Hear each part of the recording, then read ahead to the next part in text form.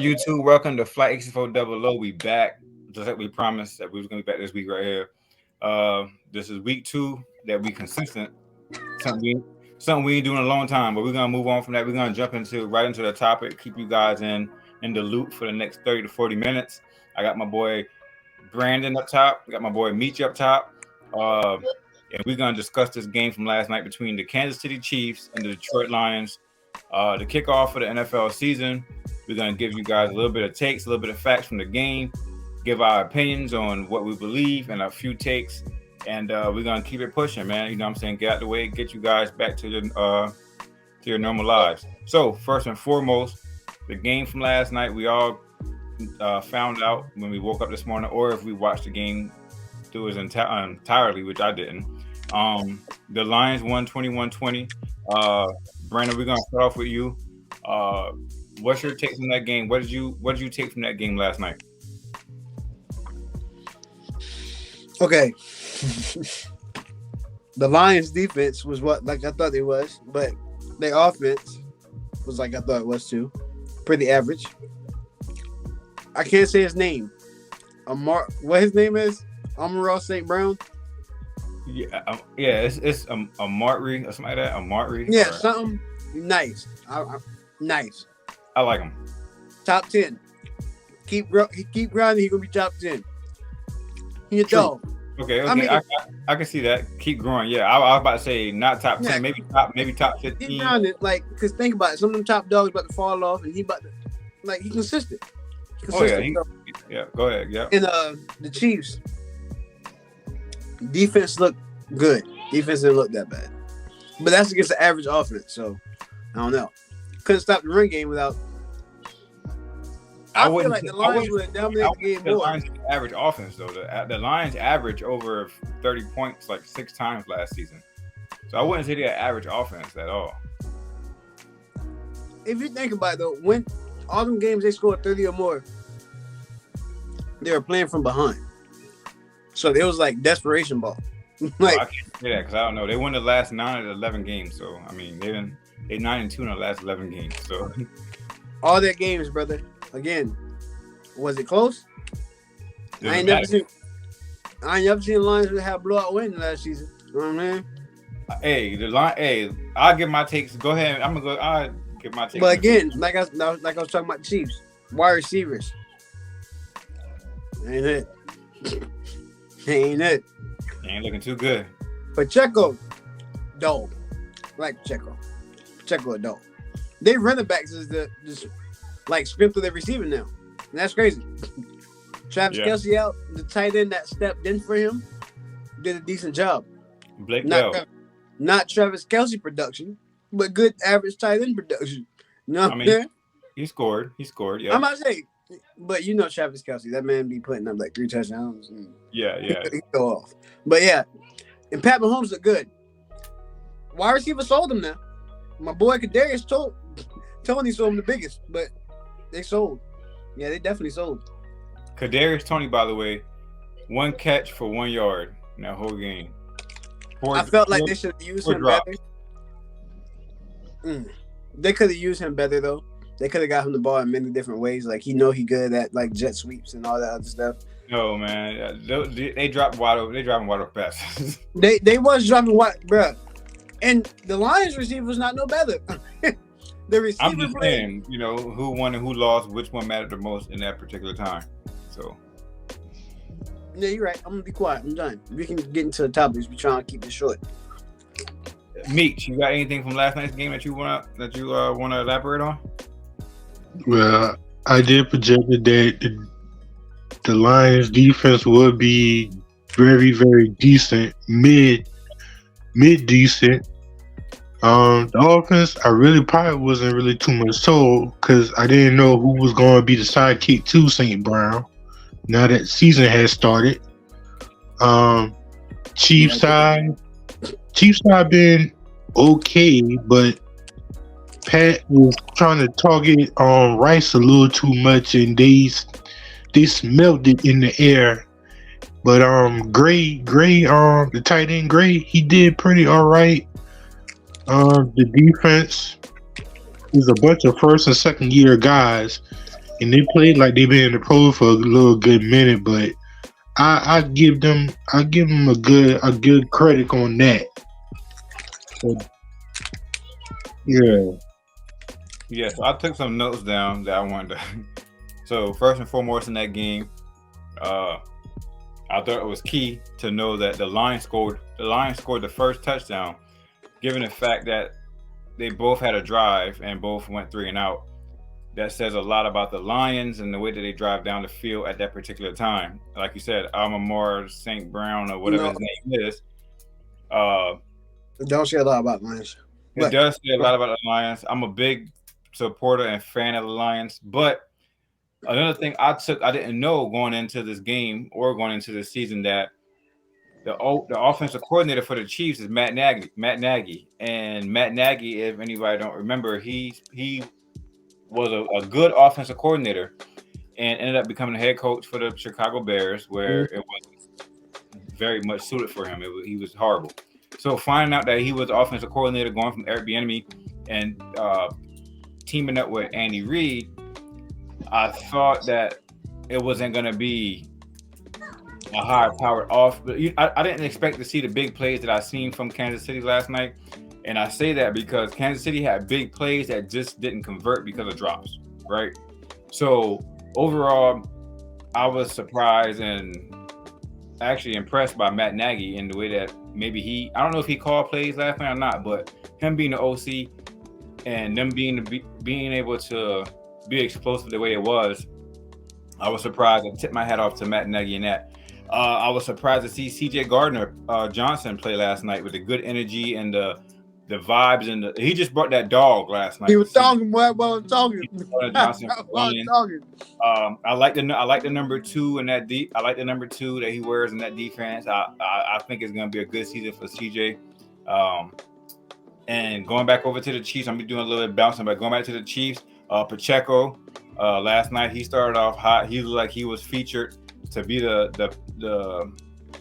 guy in that backfield early on in that game. And that's a 7th round draft pick. Early in that game though, they did a trick play to get Kadarius Toney on the 2-yard line, and I thought that was really stupid. The trick play, I think if they would have just handed the ball off, they could have got the touchdown. Why go do a trick play right there? If you know what I'm talking about, why do a trick play? But they scored. That was the first touchdown he threw to Rashee Rice. The defense looked like they was a little bit flustered and confused when they threw that first touchdown. But that stupid trick play they tried to run on the goal line, 2-yard line, was just dumb.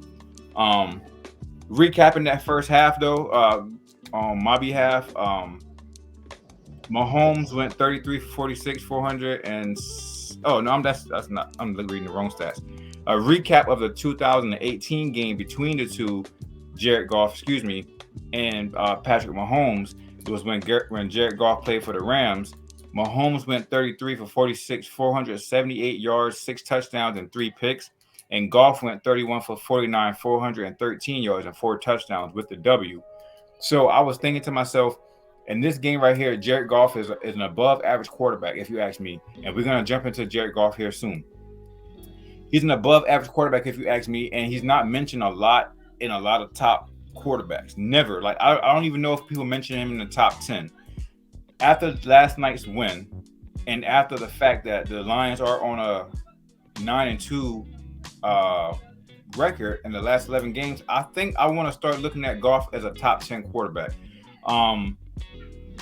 He had some plays last night that was batted down that I thought was really stupid. Like, you got somebody right in your face. How can you not see that? But I'm starting to think and believe that Jared Goff is a top 10 quarterback. So that leads me to jump into this next conversation, this next topic. Jared Goff, where do you guys see Jared Goff in the NFL, ranked in the NFL right now? Is he a top 10 quarterback, a top 15 quarterback, or just an average quarterback? Brandon, I'll start off with you. Well, Meech, I'll start off with you. Yeah, I think he's going to be a top 10, to be real, because there's a lot of teams that I believe that's going to tank this year. Really? Yeah. Who tank for what reasons do you think got some teams tanking?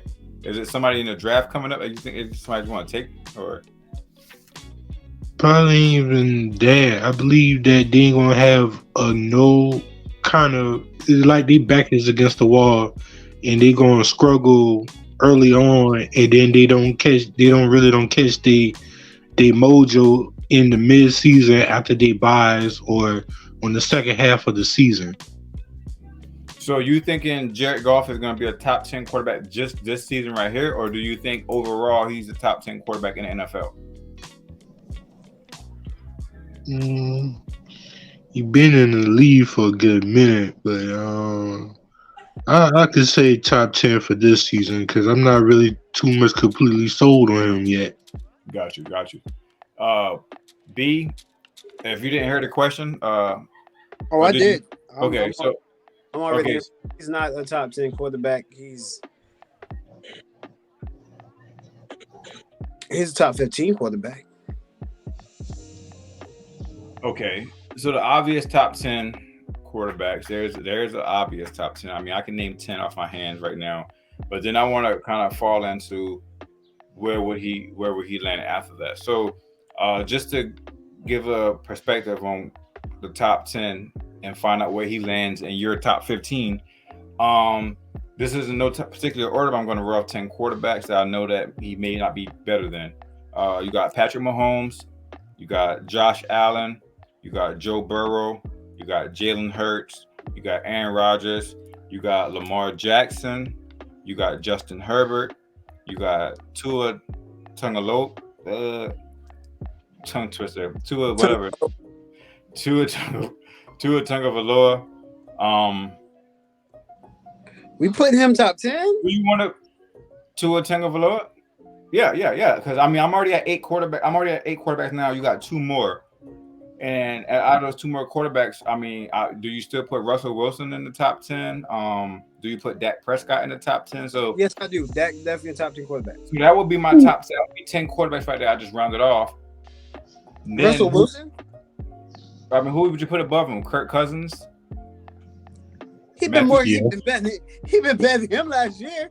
You talking about last year? I'm talking about just based off. This is a year by year basis. These top 10s don't just stay the same. It depends. It depends because year after year, you kind of. If you go back consistency, Kirk Cousins got to be a top 10. People just don't like his playoff performances, but he is. So I'm gonna take Russell Wilson out of the top 10 and put Kirk Cousins in. All right. So number 11. Who would be number 11? No, let's think about teams. You got guys like Matthew Stafford. You got guys like Derek Gino. Carr. I would put Gino right there. Derek Carr. I think actually sleep on Gino a little bit. He ain't been consistent though. Last year was a year, so I would put him like right there around. He's in top 15 too. I wouldn't put him. I would put Carr above Gino. I didn't even mention Deshaun Watson. He had a good lead last year.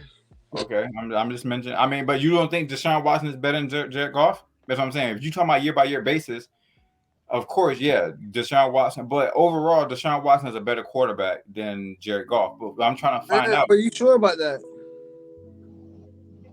So just everything that's been happening with Deshaun Watson in his career at this point, you're trying to tell me when Deshaun Watson didn't have all this stuff going on, time off, the allegations and things that happened, that Jared Goff would be on the same level with Deshaun Watson?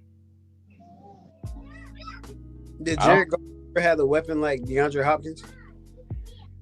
Here, see, you know what? I can't talk to you. Deshaun Watson better than Jared Goff, bro.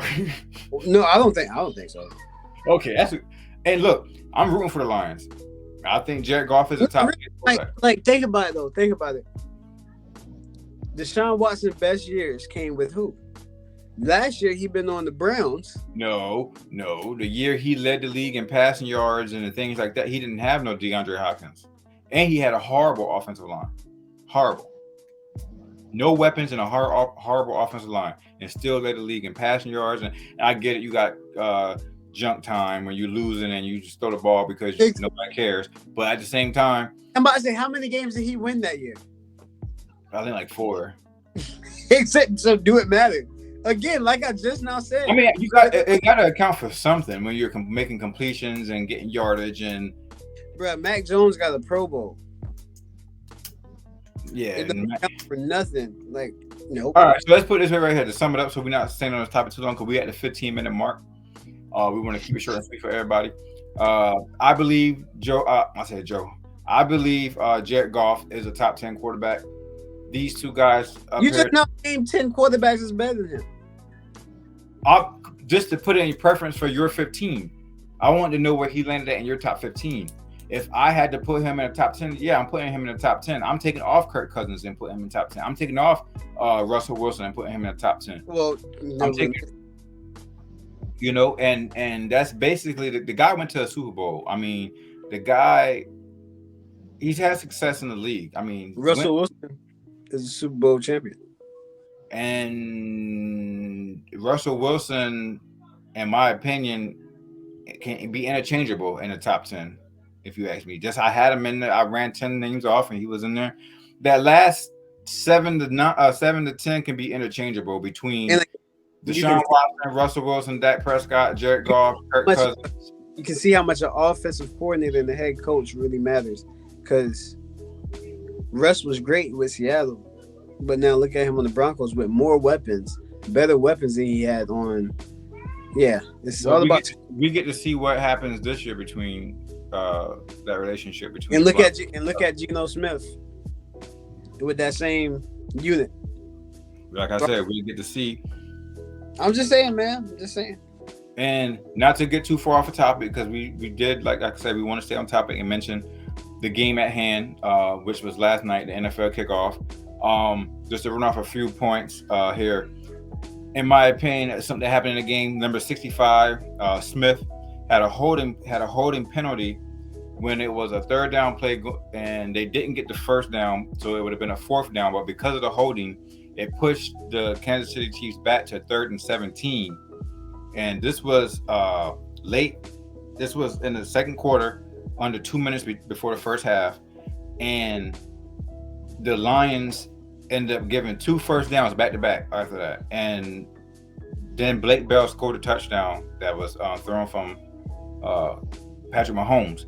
My point is on that right there is I believe I text you about it. The Lions did what they needed to do defensively, in my opinion. That I just all right. Let me put it this way: I believe the Lions defensively played equally or even better than the Kansas City Chiefs last night. My issue was at like that score that they gave up to go down 7-14. When Smith had that holding penalty, the defense got off the field. They literally got off the field. But because it was a holding penalty, they couldn't decline or anything. It gave the Chiefs another chance on the field. And when that happened, obviously Mahomes made magic and they went down and scored after 2 plays. If the penalty wasn't there, which I was like, dang, you know what? Penalties sometimes can hurt and help you as an offense. It depends on when it happened in the situation. You know what I'm saying? So, what's crazy, I felt like that game was won. Like the Chiefs had that game. Like them passes was crazy, bro.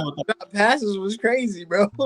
It was. Like a fourth. It was a 4th and 22 at the last time Chiefs had the ball. 4th and 22. Bombed it. Rice dropped the ball. I'm like, yo, what's going on? Like, bro, the receivers sold so bad last night. They sold so bad last night. So much drops by the receivers. And then I thought the game was over when the guy. Well, you might mention it, so I'm gonna hold up. Oh no, I wasn't gonna mention it. Go ahead and finish. Yeah, the guy Lions fumbled, and I thought that was St. Brown. You was like, nah, that's not St. Brown. That's that was Marvin Jones Jr. And I like Marvin Jones. Marvin Jones Jr. But and it was Trent McDuffie who forced that fumble on that goal line there. So yeah, young dude. Yeah, 22 years old, dude. Was a rookie last year. So a big upside for him. I think he's gonna be a really good corner in this league for years to come. What I was gonna say though is we talked about Jared Goff. I gave my opinion, you gave yours, Meech gave his. Patrick Mahomes this year. Where's Patrick Mahomes going to be this year? Based off the weapons that he got around him, what we've seen, if he's missing missing Travis Kelce, it's obvious to see and say that it could be a rough year for him if Travis Kelce has to miss time. So, or we saying that projecting into the near future here, what do you I expect from got Patrick? something to say on that. Or are you saying that because of his weapons or him? I'm saying that because of the weapons. Well, Okay, now I agree with that because him, I'm gonna say because of the team delivered, around. I'm he gonna say was because of the team delivering around. dots last night. Just wasn't teammates wasn't catching the ball. Like he was, man. Patrick Mahomes is the best quarterback I ever seen, and I don't even root for Patrick Mahomes. But hey, man, that man just flicked the ball, and that ball just went right where it needed to go. Well, I was like, God. Yeah, he was. I was like, bro, this dude is nasty, but like, hands down, he's the best quarterback arm talent wise I ever seen, and just elusiveness in the pocket. Like this man ain't even fast. He just be getting out the way, and he go. Hey, Patrick Mahomes is the best thing I've ever seen. Best quarterback I've ever seen. So Meech, what you think? What you think? I mean, I guess I can rephrase the question. Instead of saying what I think of Patrick Mahomes this year, what do you think of the Chiefs this year? That'd be better ways to say it, because the team around Patrick Mahomes can determine how Patrick Mahomes play and how the Chiefs go forward. What do you think? I think they're going to be mid, okay, not above average, okay. They're going to be mid because you don't have no wide receiver too much as a good weapon that he can count on like he did with Tyreek Hill. All he got is really basically Kelce and a running game that's going to be probably B minus or B plus. Maybe it could be a little bit better. Don't know what type of defense they're gonna have to endure to run through the carry clip so to go right. Patrick Mahomes, he's going to be an A plus player anyway, but just trying to find a weapon for himself to try to keep that Super Bowl caliber level after just winning the ship. They gotta do a little bit of readjustment from the game from last night. Got you. And I feel like the Chiefs this year, this is going to be the year where the Chiefs will make the playoffs. I'm not going to say they're not going to make the playoffs for you. I'm not going to say the Chiefs aren't good enough. What I will say is, though, just based off what I've seen last night and last night's game, a defense this year, if you're a top defense this year and an offense that can really put points up, it's going to be tough for the Chiefs to just run through you, just simply because if Travis Kelce is not having a good game, or if a defense schemed up like Bill Belichick used to do, where he take away your main target and force you to play, with the other players. If that may be the case, and someone doubles Kelce or just take him out of the game, can you rely on the other weapons? I don't think that the Kansas City Chiefs gonna be able to beat people with the weapons that they had last night on the field consistently, or a very good playoff team. Not saying that they can't win games. A very good playoff team deep into the playoffs. I don't think the Chiefs got what it takes if Kelce is not having a stellar game. I got one thing to say about that one. Do we think those receivers going to perform that bad all season? I don't think they're going to perform bad. I don't think they're going to put bad. Like, how many of those players really came out and been starters on day one last year on the team? You're going into my reasoning of why I believe that. The Lions are a good team. The Lions have a good defense, but there are teams in the AFC that are better. So you're going to have better defenses on the field, better defensive coordinators you're going against. It's going to get tougher and tougher as the season goes on, depending on who you're playing, especially teams in the AFC. So like the Jets I don't believe the Jets are going to be somebody who will allow that offense to run wild, those weapons to run wide open like they did last night. And I don't know, you got, again, it's about the scheme. It's about the simple fact. That's what I'm about to say. Simple fact. You still got to get separation. You still got to get open as a receiver. I believe in the AFC, the defenses will be able to play those weapons and those receivers a little more tighter and make the game much more tougher for Patrick Mahomes. That's just my take on it. You guys got your take, got my take. I'm gonna say, yeah, we're gonna disagree on that one because I believe they got a great offensive mind, like two great offensive minds, and one that's like Andy Reid is just like I said. You seen the people who he made that was literally nobodies, and he made get big contracts in the NFL just because they played in his offense. Like, yeah, I mean Andy Reid's a GOAT. Like when it comes to offensive scheming. So there's three more things I want to step on before we get out. We at the 25-minute mark at the moment. Like I said, we want to keep it short and sweet, 30 to 40 minutes. So these last three, we're going to kind of jibber jabber on them. Meech, one of them is going to be for you to make your week one picks. I'll get to that last because you didn't make your picks yet. Me, Brandon did. But before we get out, I got to get these two. Gibbs last night. I texted you about Gibbs. His first carry in the NFL was for 1 yard, and then his second one was for 15. And you got a chance to see how explosive he was at that second carry. I do think Montgomery had a good night last night, especially in key downs. He played well.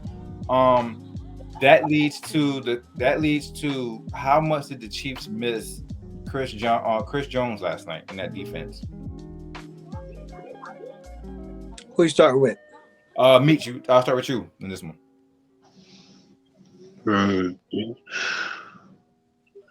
They've been decent, as in. Well, I kind of had like both of them when it was running. I really wasn't even too much opposed of Montgomery to make a bigger impact like the way he did on the Bears. But he did pretty decent. The Chiefs missing Jones, I think that was a big factor. That was a big factor that they needed. All right, B, go ahead. And what do you think? Did the Chiefs miss him last night? No. Mm-hmm.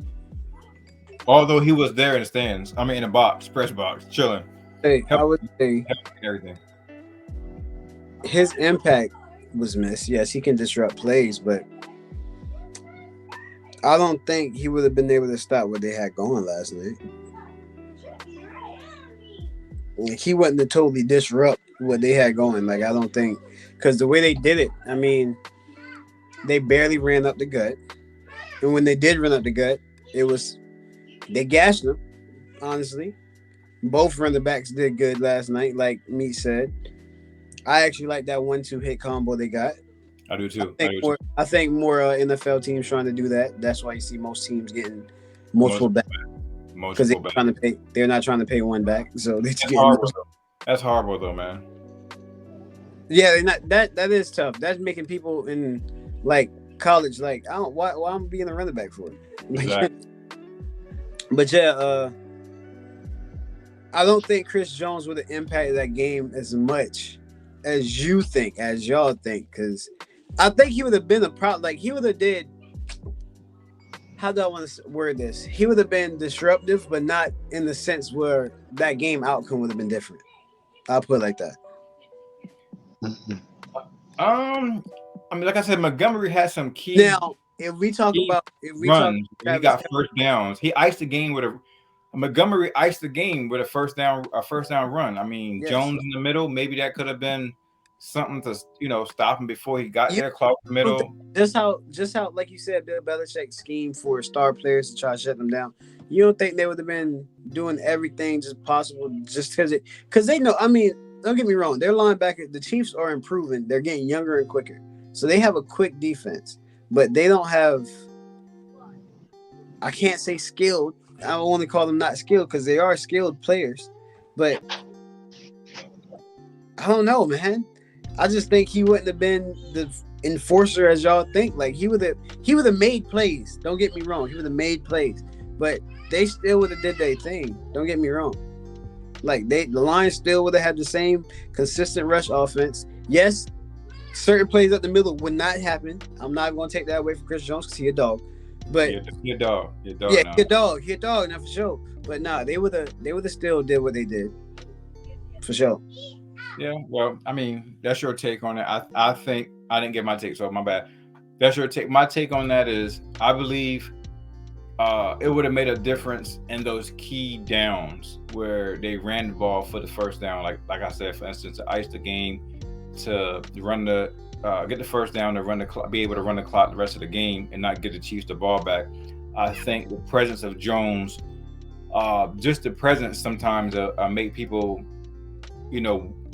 play the game a little bit more thought than versus just doing it. Like, oh, Chris Jones right there. I don't want to hit that hole. Chris Jones in that hole. Let me hit the other hole, and then boom, something's there, clogged up. Or I'm just saying, do you think the coach of that team really? No. Really, like you mean about Campbell? No. Dan Campbell is not weren't bro. But Dan came out on the field though. Dan came out on the field. Wait, you don't think he instilling his team like, hey, run them, man? You know what type? Hey, if that was Jamal Williams from last year, yeah, I think Jamal Williams would have tried to run through the whole line. Montgomery, I don't know about Montgomery. I think the mentality of Jamal Williams last year was what they. Hey, where did he land at? Green Bay, right? Jamal Williams. Yes. Saints. He went to the Saints. That's fire. I'm actually happy for him. Yeah, I think that's gonna be a good look right there for him. Hey, that's my dude. He a tough runner, bro. Yeah, he tough is. Runner. I think he had 13 versus touchdowns. And Swift. And Swift with Philadelphia, yeah, that was tough.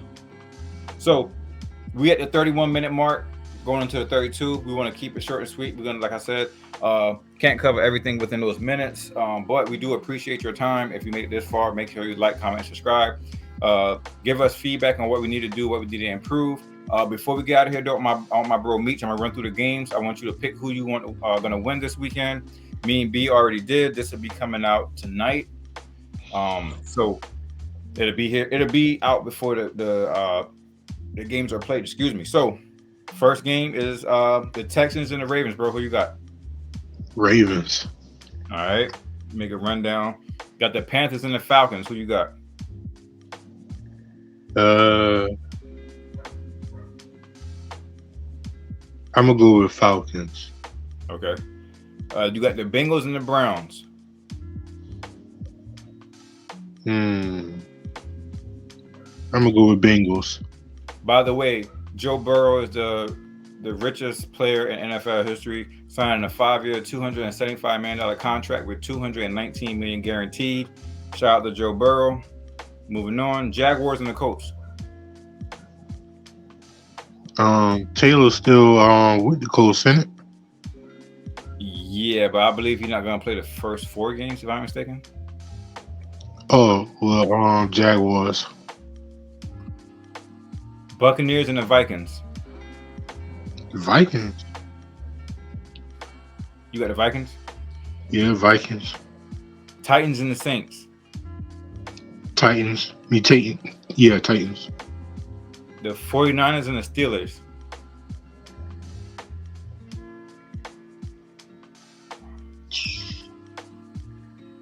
I'm going to go with the Niners on that one.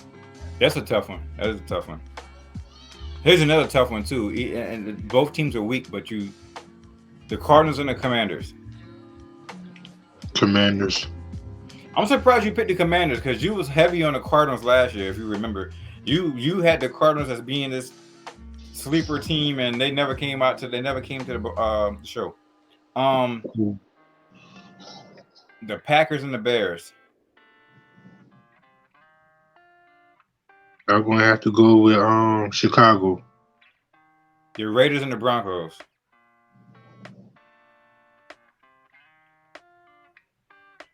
I'm going to go with the Raiders. The Dolphins and the Chargers.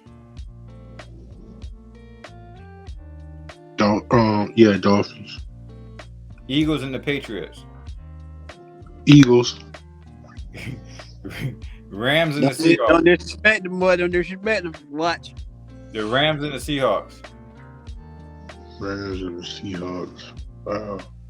Them birds. You better go with them birds. I'm going with them Seahawks. I'll go with them Rams. How about I say that? Yeah, I'll go with Seahawks. Cowboys and the Giants. Giants.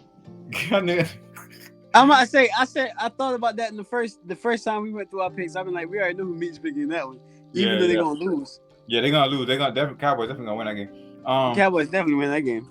And Monday Night Football, we got the Bills and the Jets. That should be a good game.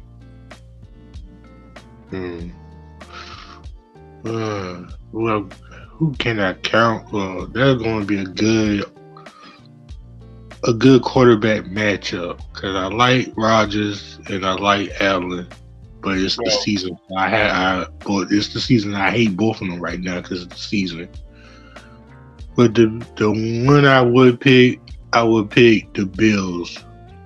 Good pick. Josh Allen been in that offense for a couple years now. He's familiar with everybody on his team. He ain't no new nothing. Everything is. He's going in comfortable. He's been doing this for years now. Aaron Rodgers going in, new look. He's familiar with the offense from offensive coordinator. I forget his name.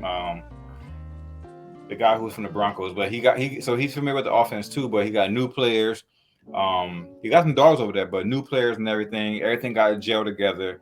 I just feel like Josh Allen and those guys, they are more of a connected chemistry team. They should get it done, especially prime time like that. Oh yeah. So I think Brandon picked the Jets though. So that's a wrap, man. We at the 36-minute mark. Matter of fact, we're at the 36-minute mark. So we do have a few more minutes if we want to take it to 40. So at this time, I would like to say I appreciate everybody who made it to this far. Make sure you like, comment, subscribe, leave a comment on things we should improve. We do need to improve. I would say, as a podcast, we will need to improve our audio. Besides the audio, I think we could probably do a little bit more note taking. So when we do discuss things, we have more facts and be able to run off of notes and people's factual opinions on there. With that being said, we do want to start closing out the podcast with Brandon giving a speech or a word before we get out of here. That way, if you made it to this point, we would like to make sure you leave blessed or with some kind of encouragement from the word.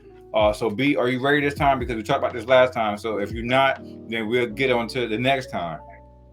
Hey, brother, I got you. Okay, so he was ready. Okay, cool. So he was ready. So Meech, just to fill you in right quick, we decided that we was going to do this after every pod.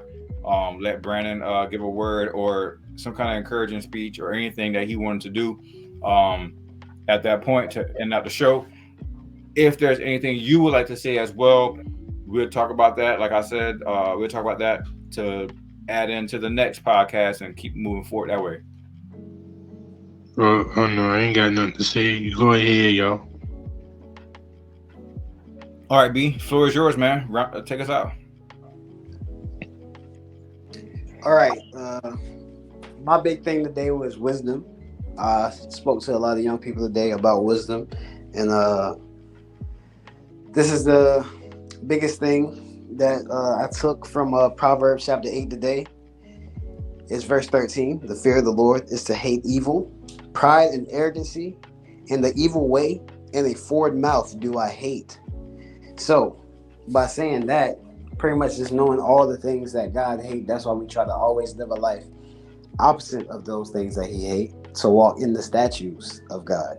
But that's just a little wisdom for the day, just to know how we should live our lives according to our Father and walk in his way. All right. Appreciate that. All right, fellas. Well, that's a wrap, man. We out.